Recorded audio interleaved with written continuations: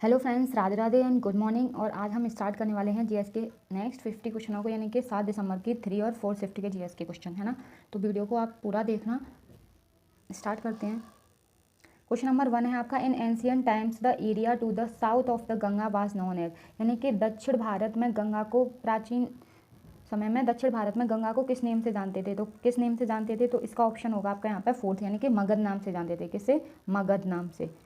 Second question है, government of India has appointed dash as controller general of account in October 2022, यानी कि भारत सरकार ने अक्टूबर 2022 में महालेखा नियंत्रक नियुक्त किया था। किसको नियुक्त किया था? तो इसका ऑप्शन आपको यहाँ पे होगा भारती दास। किसको नियुक्त किया है? भारती दास को। तो यहाँ पे फर्स्ट ऑप्शन आपका बिल्कुल सही होगा। क्वेश्चन नंबर 3 है यहाँ पे, Port situated at the head of Gulf of Kutch has been developed as a major port to cater to the needs of a western and northwestern parts of the country and also to reduce the pressure at a Mumbai port। देखो, कच्छ की खाड़ी के शीर्ष पर स्थित किस बंदरगाह को देश के पश्चिमी और उत्तर पश्चिमी हिस्सों की ज़रूरतों को पूरा करने और मुंबई बंदरगाह पर दबाव कम करने के लिए एक प्रमुख बंदरगाह के रूप में विकसित किया गया है। यानी कि मुंबई बंदरगाह पर बहुत ज़्यादा भीड़ हो जाती होगी, तो इसलिए उन्होंने एक दूसरा बंदरगाह जो बनाया है वो कहाँ पर बनाया है? वो है कांडला। कौन सा बंदरगाह है? वो है कांडला बंदरगाह। ये बनाया गया है दबाव को दूर करने के लिए, है ना, मुंबई बंदरगाह पर। इसमें बाड़ीनार में एक अपतटीय टर्मिनल भी इस पर बनाया गया है।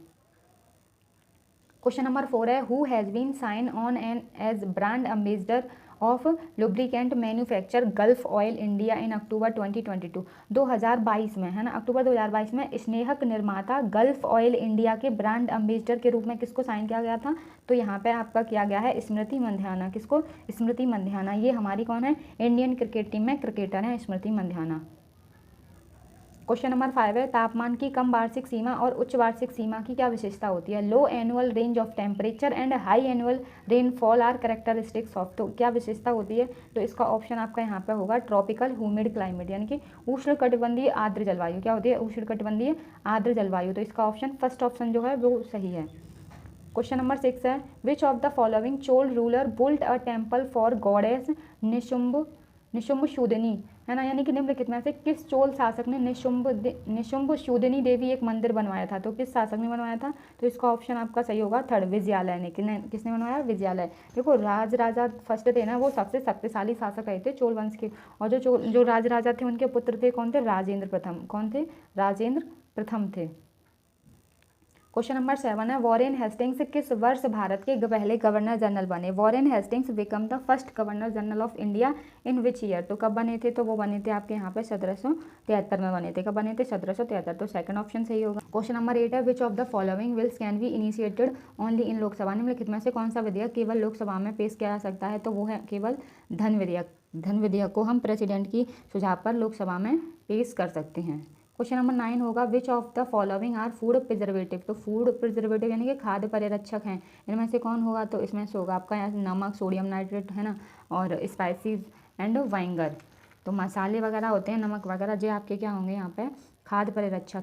क्वेश्चन नंबर 10 है आपका, बाजीराव मस्तानी के बॉलीवुड गीत मोहे रंग दो लाल को किसने कोरियोग्राफ किया था? हु कोरियोग्राफ था बॉलीवुड सॉन्ग मोहे रंग दो लाल फ्रॉम बाजीराव मस्तानी? तो किसने कोरियोग्राफ किया था? तो बिरजू महाराज ने किया था। किसने? बिरजू महाराज। जो बिरजू महाराज हैं वो क्या है? लखनऊ के कालका विरांधीन घराने से हैं। किससे? कालका विरांधीन घराने से हैं।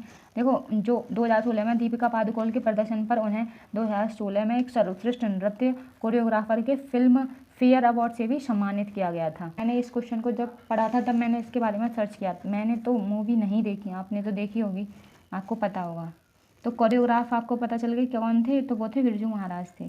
क्वेश्चन नंबर 11 है, निम्नलिखित में से कौन सी रेखा पाकिस्तान और अफगानिस्तान को अलग करती है? तो विच of the following line separate Pakistan and Afghanistan? तो कौन सी लाइन अलग करती है? तो वो है आपकी डूरंड लाइन। कौन सी? Durand line. क्वेश्चन नंबर 12 है, the headwater of the river Ganga is called? Ganga नदी की मुख्य धारा को क्या कहते हैं? तो गंगा नदी की मुख्य धारा को भागीरथी कहते हैं। क्या कहते हैं? भागीरथी। देखो, उत्तराखंड के देवप्रयाग में अलकनंदा वो इसी में मिलती है।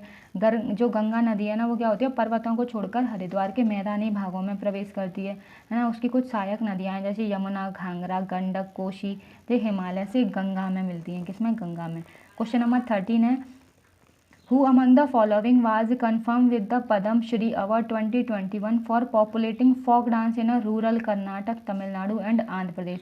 निम्नलिखित में से किसे ग्रामीण कर्नाटक, तमिलनाडु और आंध्र प्रदेश में लोक नृत्य को लोकप्रिय बनाने के लिए पद्मश्री पुरस्कार से सम्मानित किया गया था? तो इसका ऑप्शन आपका यहाँ पे क्या होगा? मठावी मजम्बा जोगती। नाम भी अजीब है, मठावी मजम्बा जोगती हैं, उन्हें सम्मानित किया गया था पद्मश्री पुरस्कार 2021। क्वेश्चन नंबर 14 है, in which of the following years was the citizenship act passed by the Indian parliament? निम्नलिखित में से किस वर्ष में भारतीय संसद द्वारा नागरिकता अधिनियम पारित किया गया था? तो जो नागरिकता अधिनियम था वो 1955 में पारित हुआ था। कब हुआ था? 1955 में। और जो पहली बार 2016 में लोकसभा में पेश किया गया था। कब किया गया था? पहली बार 2016 में लोकसभा में पेश किया गया था। क्वेश्चन नंबर 15 है, पारितंत्र के समुच्चय को क्या कहते हैं? What is the set of ecosystem called? देखो, इकोसिस्टम मतलब पारितंत्र के समुच्चय तो होता है, उसको क्या कहते हैं? तो बायोम कहते हैं। क्या कहते हैं? बायोम। बायोम क्या होता है वैसे? किसी स्थान पर जो उपस्थित पौधे होते हैं और जो पशु होते हैं उनके समुदाय को क्या कहते हैं? हम बायोम कहते हैं। क्वेश्चन नंबर 16 है, संगीत नाटक अकादमी नई दिल्ली ने उस्ताद बिस्मिल्लाह खां युवा पुरस्कार की शुरुआत किस वर्ष की थी? From which year did Sangeet Natak Akademi new Delhi institute of the Ustad Bismillah खां युवा पुरस्कार? तो किस साल उन्होंने उस्ताद बिस्मिल्लाह खां युवा पुरस्कार की शुरुआत की थी? तो वो की थी आपकी 2006 में। कब की थी? 2006 में। इसमें क्या है, इस अकेडमी में आपको डांस है ना, और संगीत जो होता है, रंगमंच, एक्टिंग वगैरह हैं, वो चीज़ सिखाई जाती हैं। क्वेश्चन नंबर 17 है, when expenditure exceeds revenue the budget is said to be in dash? जब व्यय राजस्व से अधिक होता है तो इस बजट को क्या कहा जाता है? तो इसको जाहिर सी बात है हम घाटा ही कहेंगे। जब हमारी इनकम कम है, मतलब जो हमारी इनकम है उससे ज़्यादा हम खर्च कर रहे हैं, तो वो हमें घाटा ही हुआ ना। क्वेश्चन नंबर 18 है, यामिनी कृष्णमूर्ति किस नृत्य शैली की के लिए प्रसिद्ध है? Yamini Krishnamurthy is famous for which dance form? तो यामिनी कृष्णमूर्ति हैं वो आपकी भरतनाट्यम के लिए फेमस है। किसके लिए? भरतनाट्यम। भरतनाट्यम आपको पता ही है कहाँ का डांस है? तमिलनाडु का। देखो इनके बारे में थोड़ा पढ़। यामिनी कृष्णमूर्ति का जन्म था वो 20 दिसंबर 1940 को हुआ था। मद्रास में यामिनी कृष्णमूर्ति ने 1957 में पदार्पण किया था, है ना। उन्हें तिरुमाला तिरुपति देवस्थानम की अस्थाना नर्तकी के रूप में सेवा करने का सम्मान प्राप्त हुआ। उन्हें कुचिपुड़ी नृत्य शैली की मशाल वाहक के रूप में भी जाना जाता है। किसकी? मशाल वाहक। कहाँ की? कुचिपुड़ी नृत्य शैली की। इनको बहुत सारे अवार्ड मिले हैं, जैसे कि पद्मश्री 1968 में मिला था, पद्म भूषण 2001 में मिला था, पद्म विभूषण 2016 में दिया गया। तो सर्वोच्च नागरिक सम्मान पुरस्कारों से इनको सम्मानित किया जा चुका है। क्वेश्चन नंबर 19 है, the motion of the body moving along a circular path, है ना, of an example of the वृत्ता। तो इसकी हिंदी है, जैसे एक वृत्ताकार पथ के साथ गतिमान पिंड के वेग का उदाहरण क्या होगा? तो वो होगा आपका यहाँ पे एक्सेलरेटेड मोशन। क्या होगा? एक्सेलरेटेड मोशन मतलब त्वरित वेग होगा। क्वेश्चन नंबर 20 है, गिफ्ट टू मोनोथिज्म पुस्तक किसने लिखी है? Who wrote the book titled gift to monotheism? तो इस बुक को किसने लिखा है? राजा राम मोहन राय ने। किसने लिखा है? राजा राम मोहन राय ने 1809 में उन्होंने लिखी थी, और इसका बंगाली भाषा में भी उन्होंने अनुवाद किया था। देखो, राजा राम मोहन राय को जो राजा की जो उपाधि दी गई थी वो अकबर सेकंड के द्वारा दी गई थी। किसके? अकबर सेकंड के द्वारा। नेक्स्ट क्वेश्चन पे चलते हैं 21। In hockey what is the meaning of the signal if the umpire point both arms horizontally towards the goal? Hockey में यदि एम्पायर दोनों बाहों को क्षैतिज रूप से उठाकर गोल की ओर संकेत करे तो इसका क्या अर्थ होता है? तो इसका आपका अर्थ होता है यहाँ पे पेनल्टी कॉर्नर। क्या होता है? पेनल्टी कॉर्नर कहते हैं जब एम्पायर अपनी दोनों बाहों को ऊपर की ओर उठाकर संकेत मतलब गोल की तरफ इशारा करता है। क्वेश्चन नंबर 22 है, which of the following is a strong reducing agent use to reduce aldehyde ketone ester, है ना, carboxylic acid, chlorides, carboxylic acid and the even carboxylate salt to alcohol? तो इसका ऑप्शन आपका यहाँ पर कौन सा सही होगा? तो इसमें होते हैं आपके यहाँ पर 1 लिथियम, एल्यूमिनियम और हाइड्राइड। क्या होते हैं? लिथियम, एल्यूमिनियम और हाइड्राइड होते हैं। क्वेश्चन नंबर 23 है, the phase 1 programme of Sagar Parikrama has been organise in Gujarat started on 5 March 2022 from? Gujarat में सागर परिक्रमा का चरण 1 जो कार्यक्रम आयोजित किया गया था, है ना, 5 मार्च 2022 को, वो कहाँ से शुरू हुआ था? तो वो आपका स्टार्ट हुआ था मांडवी से। कहाँ से हुआ था?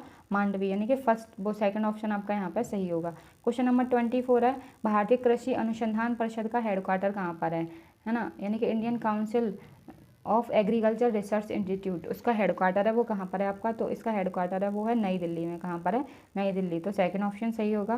क्वेश्चन नंबर 25 है, ये क्वेश्चन आपका थर्ड शिफ्ट का लास्ट क्वेश्चन है। अंडर 19 विश्व कप क्रिकेट 2022 के फाइनल में सर्वश्रेष्ठ खिलाड़ी प्लेयर ऑफ द मैच कौन था, यानी कि who was the player of the match in the final of under 19 world cup cricket 2022। तो कौन थे, तो वो थे राज रावा। कौन थे, राज रावा, ये क्रिकेटर हैं।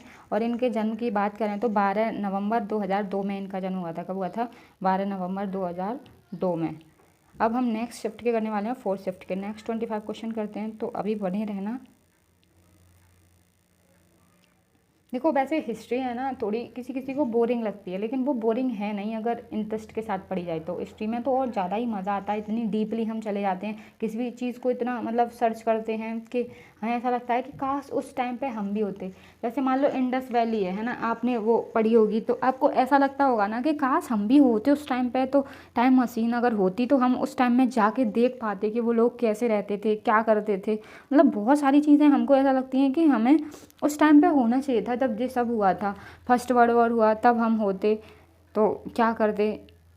तो हिस्ट्री बोरिंग नहीं है, बट हम लोगों ने मान लिया कि वो बोरिंग होती है, तो बहुत कम लोग हिस्ट्री पढ़ते हैं। हिस्ट्री इंटरेस्टिंग है।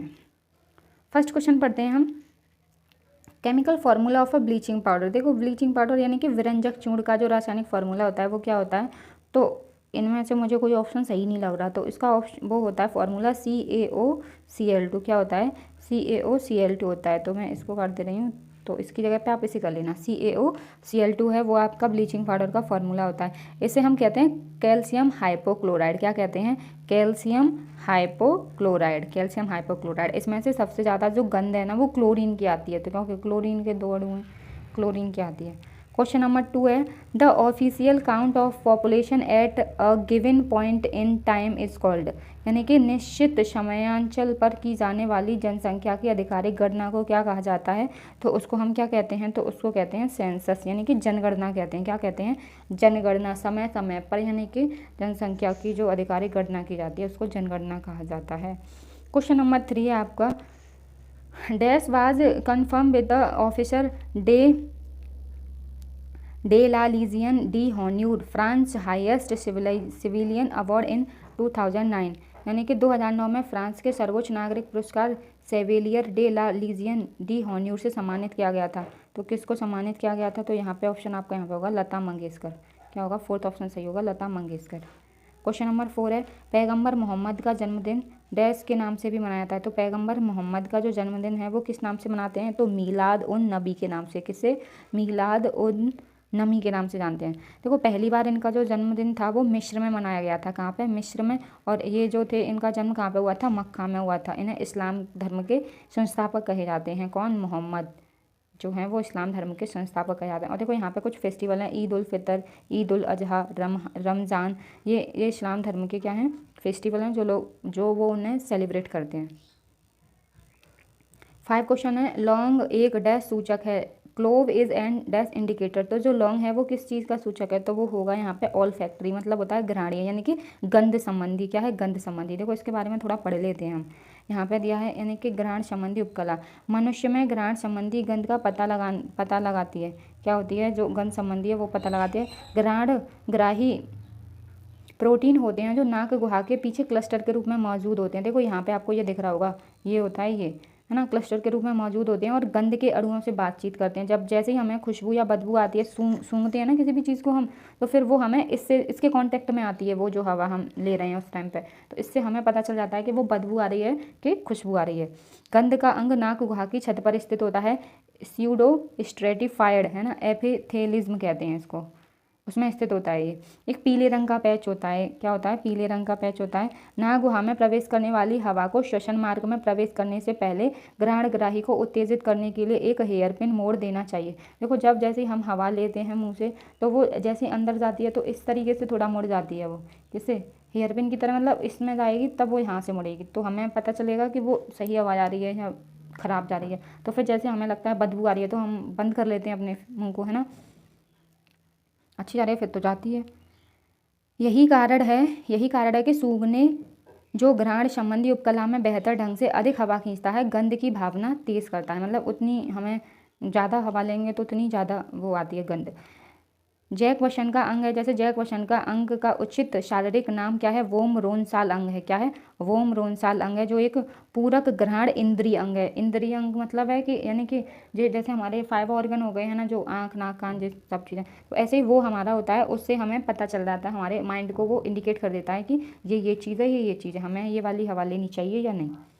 लौंग आपको पता ही है, ये पेड़ की एक सुगंधित कली होती है ना, जिस सबसे ज़्यादा मतलब इंडोनेशिया में होती है, और यानी कि जंजीबार पाकिस्तान और श्रीलंका में भी ये होती है। लौंग को वहाँ पे वे लौंग नाम से भारत में भी उगाए जाते हैं। लौंग की सुगंध एंटीऑक्सीडेंट गुण यूजेनॉल की उपस्थिति के कारण होती है। किसके कारण? एंटीऑक्सीडेंट गुण यूजेनॉल की उपस्थिति के कारण।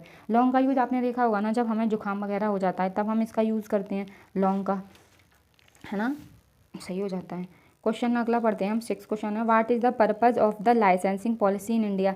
भारत में लाइसेंसिंग नीति का उद्देश्य क्या है? तो भारत में लाइसेंसिंग नीति का उद्देश्य है क्षेत्रीय समानता को बढ़ावा देना, है ना, टू प्रमोट रीजनल इक्वालिटी, क्षेत्रीय समानता को बढ़ावा देना। आपका सेकंड ऑप्शन सही होगा 6 का। क्वेश्चन नंबर 7 है, board dispatch is related with? जो बोर्ड डिस्पैच हैं वो किससे रिलेटेड हैं? तो वो हैं आपके शिक्षा से। किससे?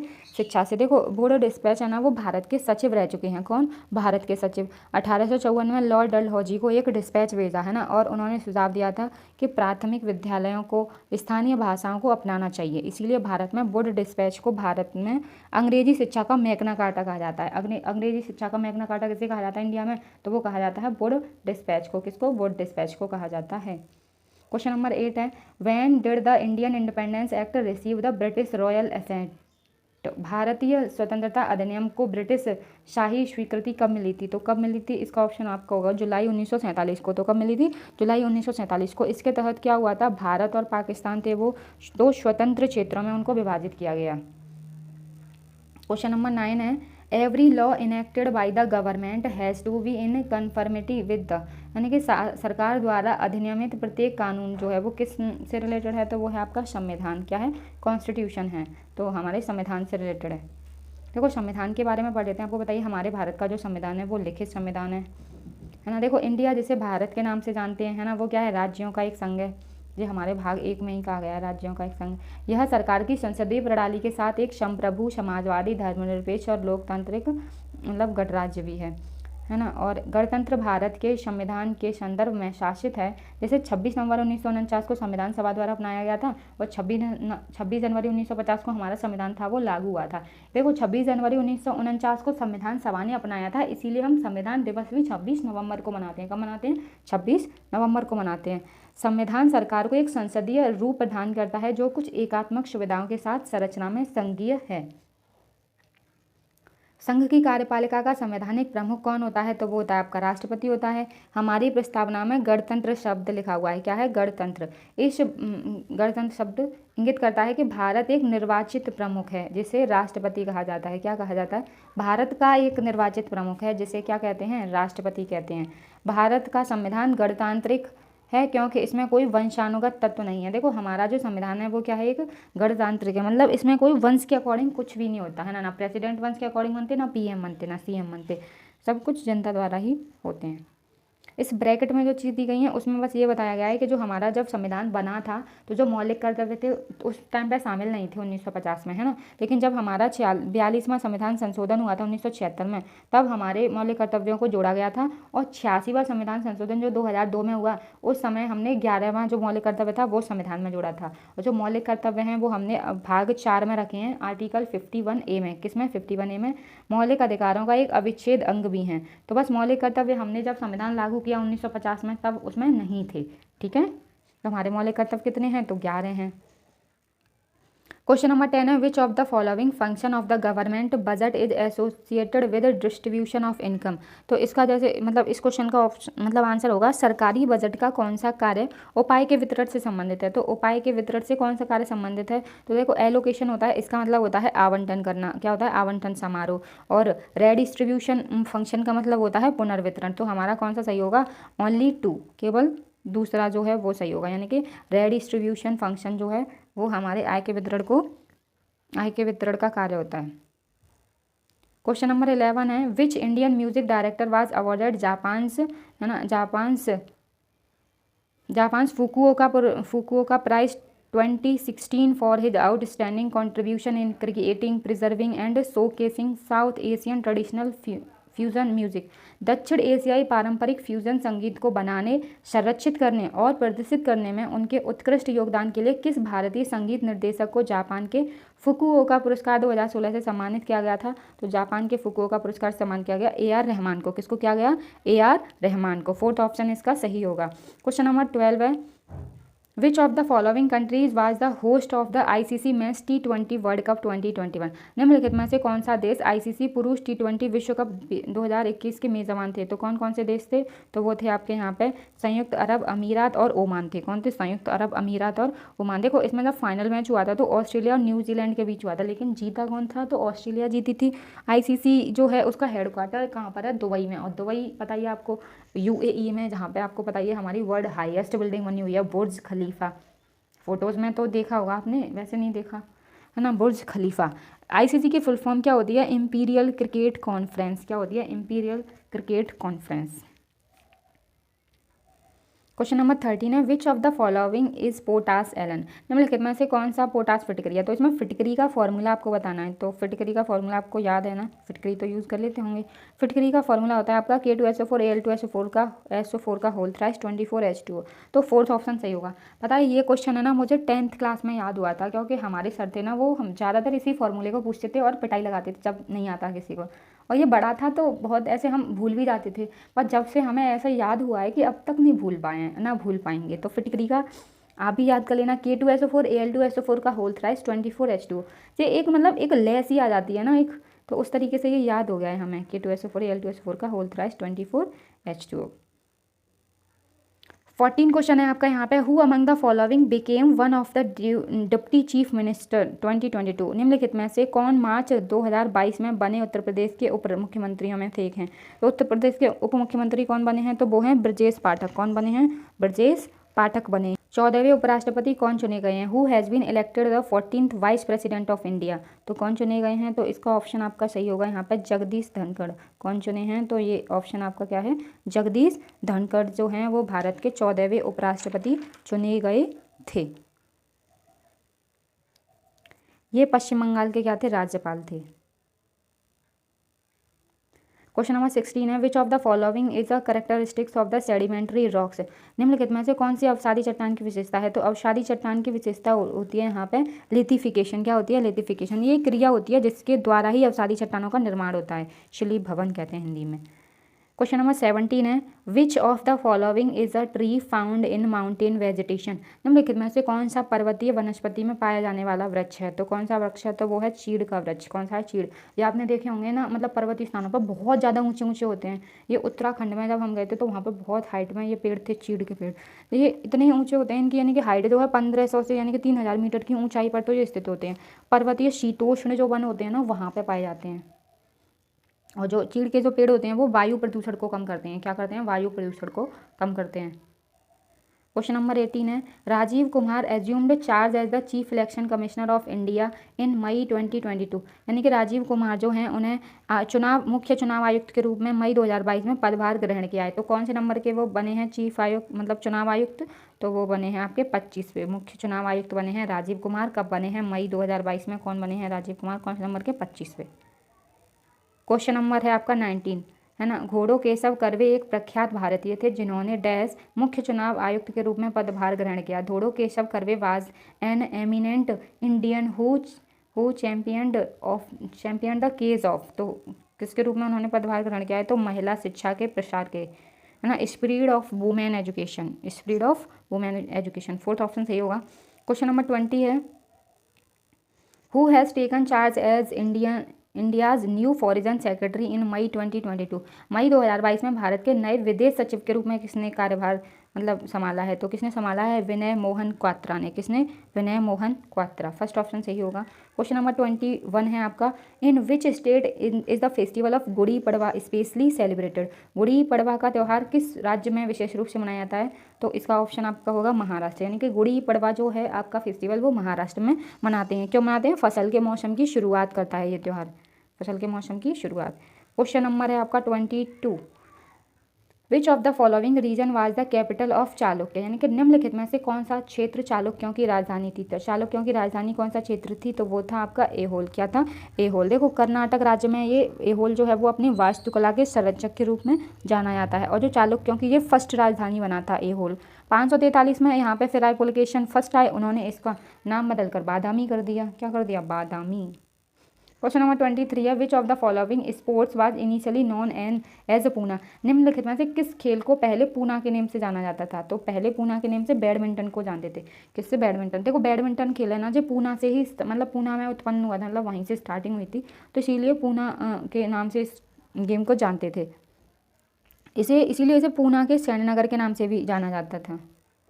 अब तो बैडमिंटन ही कहते हैं हम। क्वेश्चन नंबर 24 है वर्षा वनों में किस प्रकार की कृषि की जाती है। तो वर्षा वनों में किस प्रकार की कृषि की जाती है, तो स्लैश एंड बर्न वाली, मतलब काटो और जलाओ, काटो और जलाओ वाली, ये वाली यहाँ पे। इस खेती को मतलब झूम की खेती भी कहते हैं लोग। क्या कहते हैं, झूम की खेती, झूम झूम। क्वेश्चन नंबर 25 है हरी शैवाल के विषय में सही कथन की पहचान कीजिए। देखो जो हरी शैवाल है ना उसके विषय में सही कथन कौन सा है, तो उसके लिए हमें 4 ऑप्शनों को पढ़ना पड़ेगा। तो जैसे फर्स्ट है हमारा, हरे शैवाल में सामान्यतः एक दृढ़ कोशिका वृत्ति होती है, दृढ़ तो नहीं होती, तो ये गलत हो गया। हरे शैवाल में सामान्यतः एक नम्य कोशिका वृत्ति होती है, या ये बात हमें थोड़ी सही लगी। जो पैक्टोज की एक आंतरिक परत से बनी होती है, बिल्कुल सही। आगे पढ़ते हैं। देखो इसमें भी हमें दृढ़ कोशिका वृत्ति दी है, इसमें भी हमें दृढ़ कोशिका वृत्ति दी है, तो मतलब ये ऑप्शन तो आपकी गलत ही हो गए। तो कौन सा ऑप्शन हमारा सही हो जाएगा, तो आपका ऑप्शन यहाँ पे दूसरा वाला सही होगा, यानी कि हरे शैवाल में सामान्यतः एक नम्य कोशिका वृत्ति होती है जो पैक्टोज की एक आंतरिक परत से बनी होती है। तो इसका आंसर आपका इंग्लिश फॉर्म में मैंने यहाँ पे दिया है। Identify the correct statement about the green algae, तो इसमें से आपको यानी कि सॉफ्ट सेल दिख जाए ना, वही वाला ऑप्शन सही कर देना। देखो यहाँ पे दिख गई फर्स्ट वाले में सॉफ्ट सेल होती है, मेड ऑफ इनर लेयर पैक्टोज यहाँ पे दिया है, तो आपका फर्स्ट ही सही है। इसमें यहाँ पर रेडिज है ना, रिजिड सेल है, रिजिड सेल है, रिजिड सेल है, रिजिड सेल्यूलोज वगैरह हैं, तो ये तो आपकी गलती हैं। तो फर्स्ट ऑप्शन आपका इंग्लिश फॉर्म में ये सही होगा। तो थैंक यू गाइज, हमने 25 यानी कि दोनों शिफ्टों के 25 क्वेश्चन यानी कि 50 क्वेश्चनों को कर लिया है। और थैंक यू सो मच, आपने वीडियो पूरा देखा। अगर वीडियो अच्छा लगा है तो लाइक कर देना और कमेंट करके बताना कैसा लगा।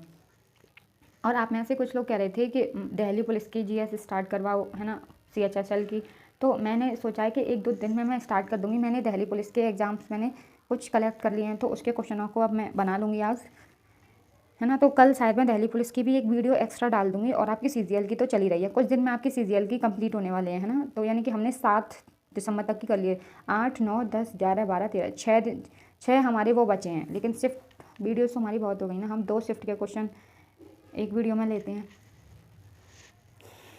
So thank you so much, है ना, एग्ज़ाम वाइज। तो अभी आपके यहाँ पर CGL के कंप्लीट होने वाले हैं, दिल्ली पुलिस के और मैं CHSL के दोनों साथ ही करा दूँगी। तो दिल्ली पुलिस के मैं 1-2 दिन में वीडियो आपकी अपलोड कर दूँगी, आज मैं बना लूँगी, और कल शायद मैं दिल्ली पुलिस की भी एक एक्स्ट्रा वीडियो डाल सकती हूँ, तो आप देख लेना।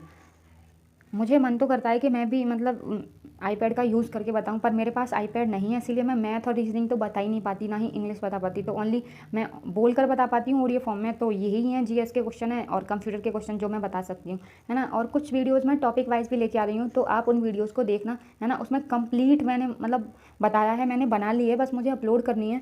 जैसे आर्ट एंड कल्चर की वीडियो है, तो वो आप देख लेना। और उसमें से जितने भी क्वेश्चन है ना, वो सारे प्रीवियस ईयर एग्जाम में पूछे गए हैं, तो बहुत इंपॉर्टेंट क्वेश्चन है। आर्ट एंड कल्चर है ना, पॉपुलेशन वगैरह हैं, तो वहाँ से हम चैप्टर वाइज है ना कॉन्सेप्ट कंप्लीट करते जाएंगे। सो फिर मिलते हैं, थैंक यू।